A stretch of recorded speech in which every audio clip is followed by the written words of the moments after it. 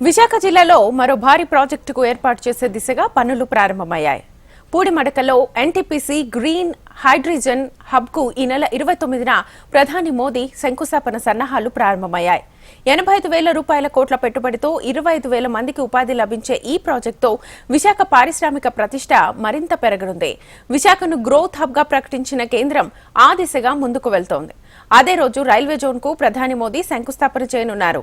ఈ మేరకు Andhra university grounds లో బహిరంగ సభకు ఏర్పాట్లు చేస్తున్నారు.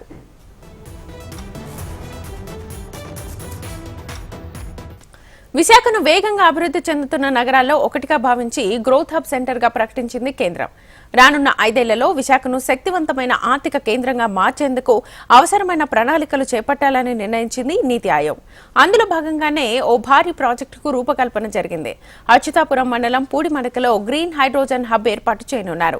85,000 కోట్ల రూపాయల పెట్టుబడితో నెలకొల్పనున్న ఈ పునరుత్పాదక ఇంధన ప్రాజెక్టుకు ఈ నెల 29న ప్రధాని మోదీతో శంకుస్థాపన చేయించడానికి ఏర్పాట్లు ప్రారంభమయ్యాయి. ఈ ప్రాజెక్టు ద్వారా ప్రత్యక్షంగా పరోక్షంగా 25,000 మందికి ఉపాధి దొరకనుంది. 2032వ సంవత్సరం నాటికి ఈ ప్లాంట్ నుంచి 6 గిగావాట్ల విద్యుత్ ఉత్పత్తి చేయాలన్నది కేంద్ర ప్రభుత్వ లక్ష్యం. ఈ ప్రాజెక్టు నుంచి ఉత్పత్తి అయ్యే విద్యుత్లో అధిక భాగం రాష్ట్ర అవసరాలకు వినియోగించుకోవాలనే ఉద్దేశంతో సీఎం చంద్రబాబు ఇందులో 50% వాటాను ఏపీ జెన్కోతో పెట్టించాలని నిర్ణయం తీసుకున్నారు. దీంతో ఎన్టీపీసీ జెన్కో సంయుక్త భాగస్వామ్యంతో ఈ ప్రాజెక్టు పట్టాలెక్కనుంది.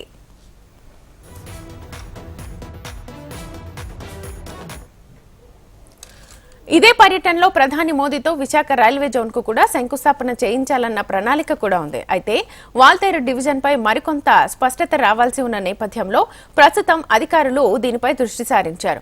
మరోవైపు ప్రధాని పర్యటన నేపథ్యంలో ఏయూ ఇంజనీరింగ్ కళాశాల మైదానంలో భారీ స్థాయిలో బహిరంగ సభ నిర్వహించాలని నిర్ణయించిన రాష్ట్ర ప్రభుత్వం అందుకు తగిన ఏర్పాట్లను ప్రారంభించింది.